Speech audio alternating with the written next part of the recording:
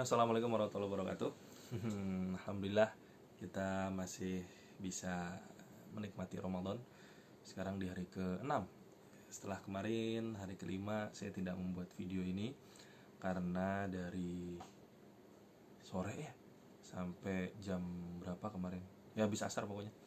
Habis asar waktu Indonesia. Kemarin ada pengajiannya Swedia Mengaji.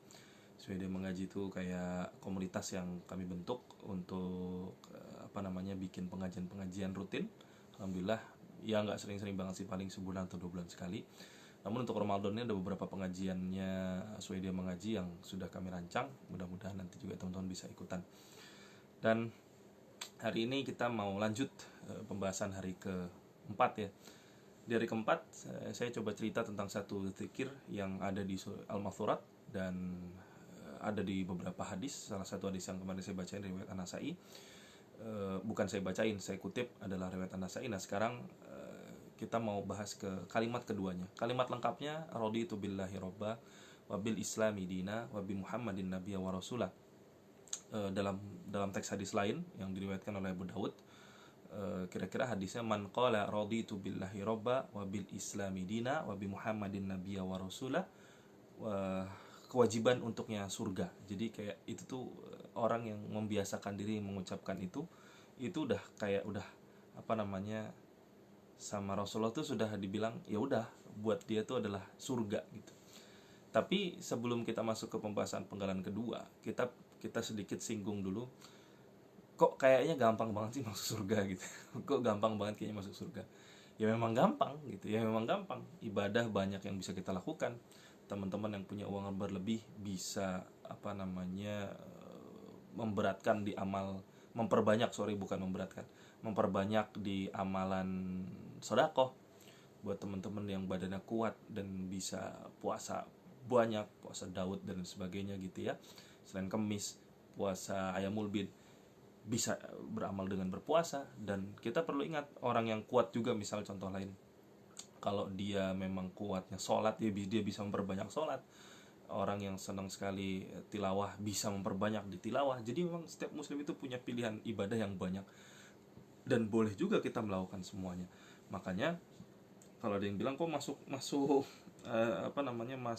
surga kok gampang, apalagi ini salah satu hadis dari Abu Daud. Dia bilang tadi, kata Rasulullah, barang siapa yang berkata raditu billahi robba wa bil islami dina wa bi muhammadin nabiyya wa rasulah, wajabat lahul jannah, kewajiban baginya itu surga. Kok gampang? Ya gampang, cuman perlu dicatat. Ini yang perlu dicatat. Nggak semua orang kemudian sama Allah dikasih kemudahan lisan. Nggak kemudian semua orang sama Allah dikasih keringanan lidah, keringanan lisan, keringanan hati untuk mengucapkan raditu billahi robba wa bil islami dina wa bi muhammadin nabiyya wa rasulah. Memang masuk surga tuh gampang, tinggal sholat gitu, tinggal puasa, tinggal sodako. Tapi nggak semua orang itu terus sama Allah dikasih kemudahan untuk melakukan itu semua. Makanya salah satu yang kemudian harus kita biasakan dalam konteks hadis, dalam konteks kita membaca raditu billah ya robba wa bil islami dina wa muhammadin nabiyya wa rasulah, itu adalah kita mesti membiasakan diri. Makanya kita diminta, sunnahnya memang diminta untuk membiasakan membaca ini 3 kali di pagi hari dan 3 kali di sore hari. Pagi ba'da subuh, antara ba'da subuh sampai terbit matahari, kemudian 3 kali antara dari asar, setelah asar gitu ya, sampai menjelang terbenamnya matahari, sampai maghrib lah, kira-kira gampangnya begitu. Tapi ingat tadi, nggak semua orang mudah melakukan itu. Sama kayak istighfar. Rasulullah menyunahkan istighfar dalam satu hadis 70 kali, dalam satu hadis 100 kali. Nggak ada yang salah dengan pertentangan itu. Kenapa? Karena tergantung lawan bicaranya Rasulullah juga kan begitu. Tapi mudah nggak sih melakukan itu? Mudah sebenarnya kalau kita mau jujur. Mengucapkan istighfar 100 kali, astagfirullahaladzim 100 kali, mudah. Kita yang terbiasa pakai tangan, 1 kali putaran 33 kali, hanya 3 putaran kita sudah dapat 99 kali. Tetapi ternyata amalan yang seringan itu nggak semua orang sama Allah dikasih. Kalau kemarin kita ada bahas taufik gitu ya, nggak semua orang sama Allah tuh dikasih bimbingan, bahkan nggak semua orang sama Allah dikasih keluangan waktu. Makanya kita berusaha bukan mencari waktu luang, tapi meluangkan waktu kita untuk melakukan ibadah-ibadah yang ringan-ringan seperti itu, istighfar 100 kali dan sebagainya. Kita sendiri mengusahakan setiap pagi gitu ya, sebelum memulai aktivitas atau ketika teman-teman berangkat ke kantor. Kalau saya mungkin ketika sebelum memulai perkuliahan, setelah sholat subuh, kita biasakan dengan selesai dulu dengan 100 kali membaca istighfar itu, juga dengan membaca raditu billahi robba wabil islami dina wabi muhammadin nabi wa rasul. Nah, sekarang kita masuk kepada penggalan kedua. Kemarin kita sudah bahas bahwa raditu billahi robba dengan segala makna di dalam asmaul husna, ya kita sebagai hamba, kita sebagai manusia ridho, senang, menerima, bahagia dengan Allah sebagai Rob kita, dengan segala macam kata yang terkandung di dalam kata Rob begitu ya, adalah pemelihara yang sebagai Tuhan satu-satunya Rob. Jadi kita happy dengan itu, kita senang dengan itu, kita bahagia dengan itu. Kita tidak protes dengan Allah memiliki salah satu namanya selain Maha Penyayang, Allah juga Maha Menghukum. Kita tidak protes tentang itu, kita tidak bersedih hati dengan itu, tetapi kita bahagia dengan itu, bahwa ya itu terserah Allah saja, karena Allah adalah Rob kita. Nah, sekarang kita masuk pada penggalan kedua, wabil islami dina, dan dengan Islam sebagai agama saya, agama kami. Apa maksudnya? Kita ridho Islam sebagai agama kita, berarti kita tidak bertentangan, kita bahagia, kita menerima, kita setuju dengan aturan-aturan yang Islam buat.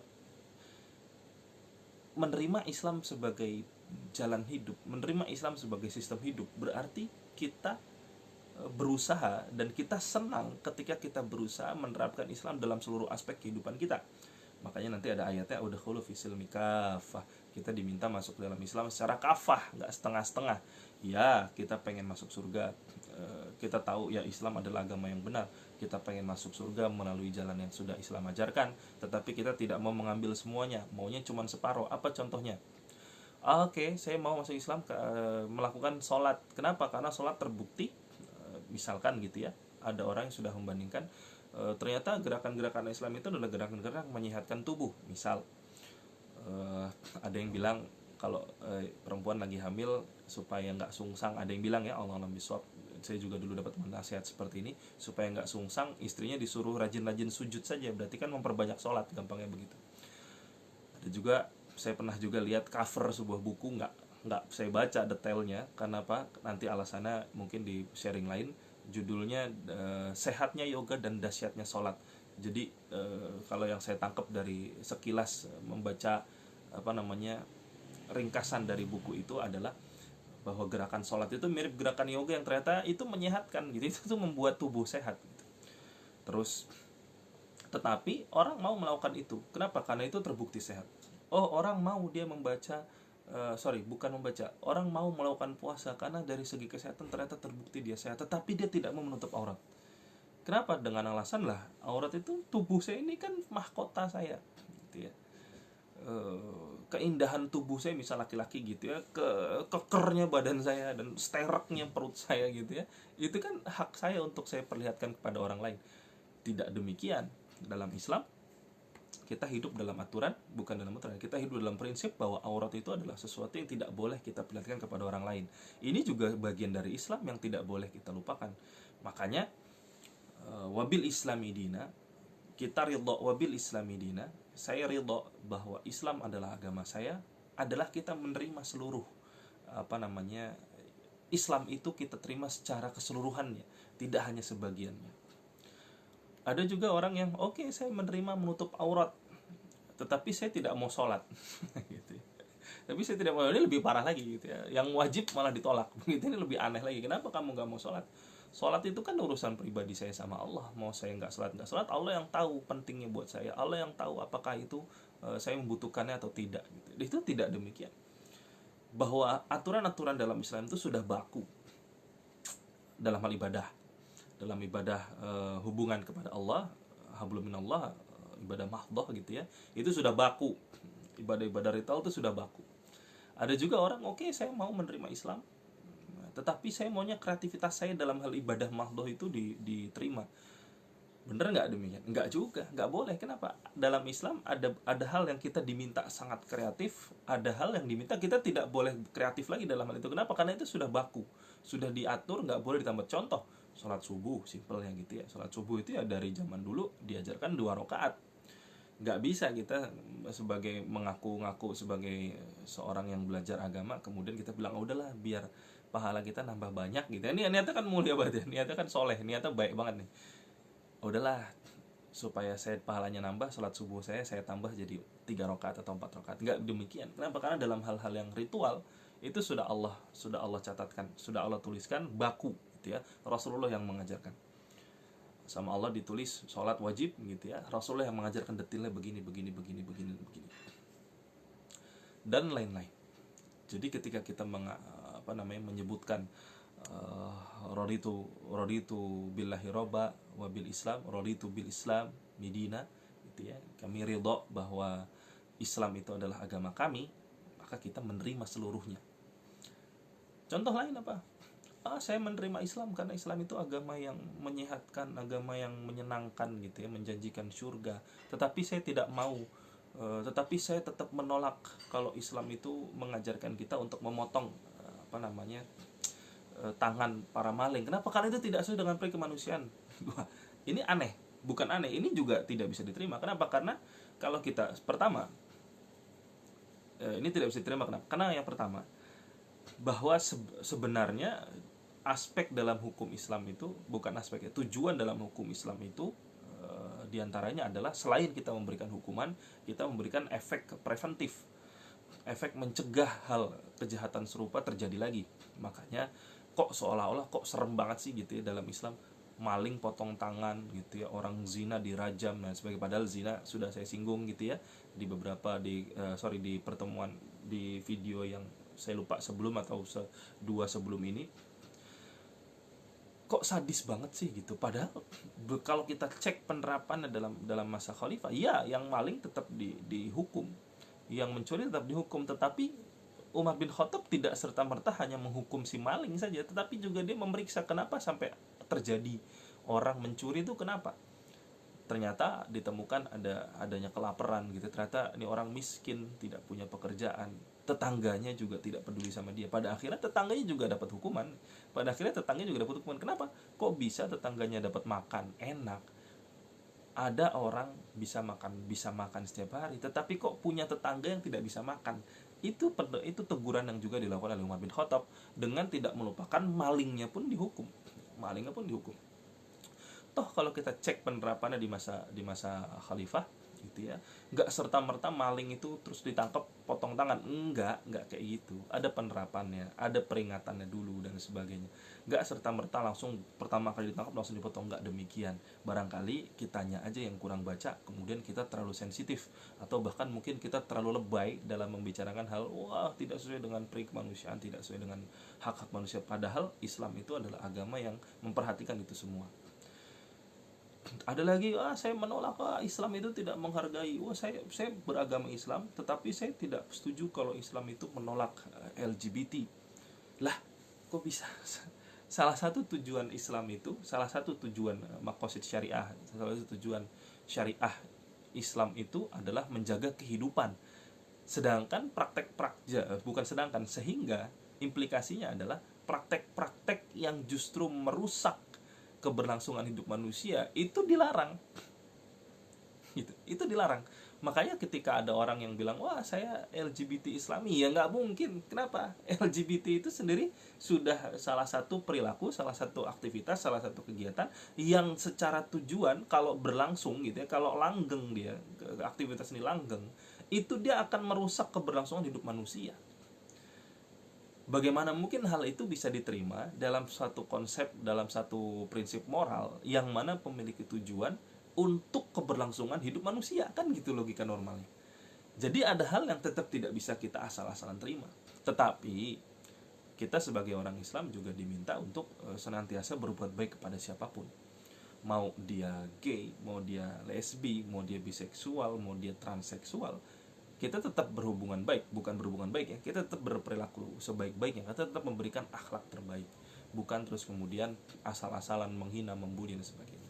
Jadi teman-teman, itulah ketika kita mengucapkan raditu bil islami dina, berarti kita menerima seluruh aspek Islam, menerima seluruh aturan Islam. Kita nggak pilih-pilih mana yang hanya menguntungkan kita saja, mana yang tidak menguntungkan kita buang. Padahal kita harus ingat betul, dalam Al-Quran Allah juga sudah bilang, bisa jadi kita membenci sesuatu padahal itu baik untuk kita. Bisa jadi yang kita benci adalah aturan-aturan Islam yang menurut kita merugikan diri kita pribadi, padahal kata Allah bisa jadi justru itu adalah yang paling baik baginya. Salah satu hikmah tadi ya, kalau ada orang berzina dirajam, bahkan sadis banget ya, di zaman Rasul memang tidak ada hukumnya, tapi ulama itu juga memutuskan hukum untuk teman-teman gay dan lesbian itu. Ini ulama ya, ada beberapa yang cuman yang paling menurut saya paling serem adalah dilempar dari gedung paling tinggi, dari bangunan paling tinggi, kemudian sampai tanah dirajam. Sadis gak? Sadis. Tapi ingat, tidak semudah itu kemudian orang mendapatkan hukuman itu. Kalau kita ulang, sekali lagi saya ulang dikit ya, bahasan tentang zina.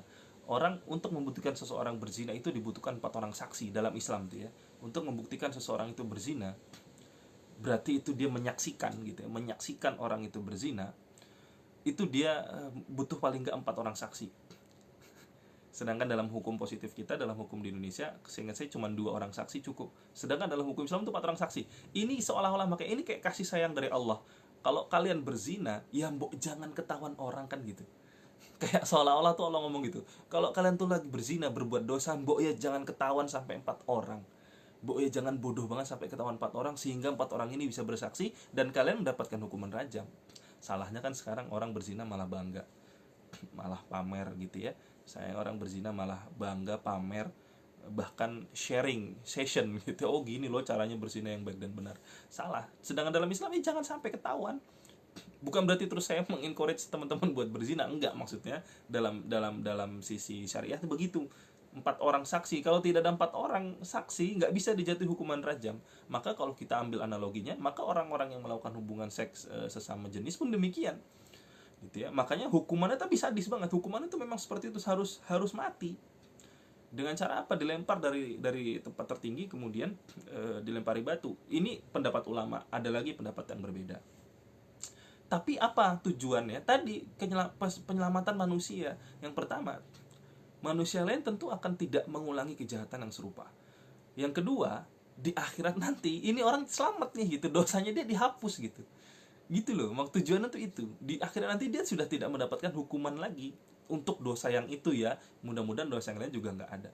Maka teman-teman pendengar yang nanti akan menyaksikan video ini, kita menerima Islam secara keseluruhan ya seperti itu. Meridhoi Islam sebagai agama kita ya berarti menerima seluruhnya itu, bukan memilah-milih mana yang menguntungkan buat kita, mana yang tidak menguntungkan buat kita. Karena apa? Sejatinya semua yang Allah turunkan lewat Islam, Rasulullah ajarkan lewat agama kita, itu adalah kebaikan untuk kita sendiri. Kalau kita mau berpikir, sayangnya kadang-kadang kita suka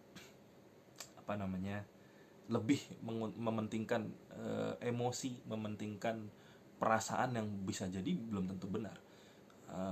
Dan kita lebih mementingkan egoisme pribadi kita dibandingkan melihat secara keseluruhan bahwa apa yang diajarkan dalam Islam itu sebenarnya adalah baik untuk kita, bahkan bukan hanya untuk kita pribadi tapi untuk seluruh umat manusia kalau itu diterapkan dengan baik.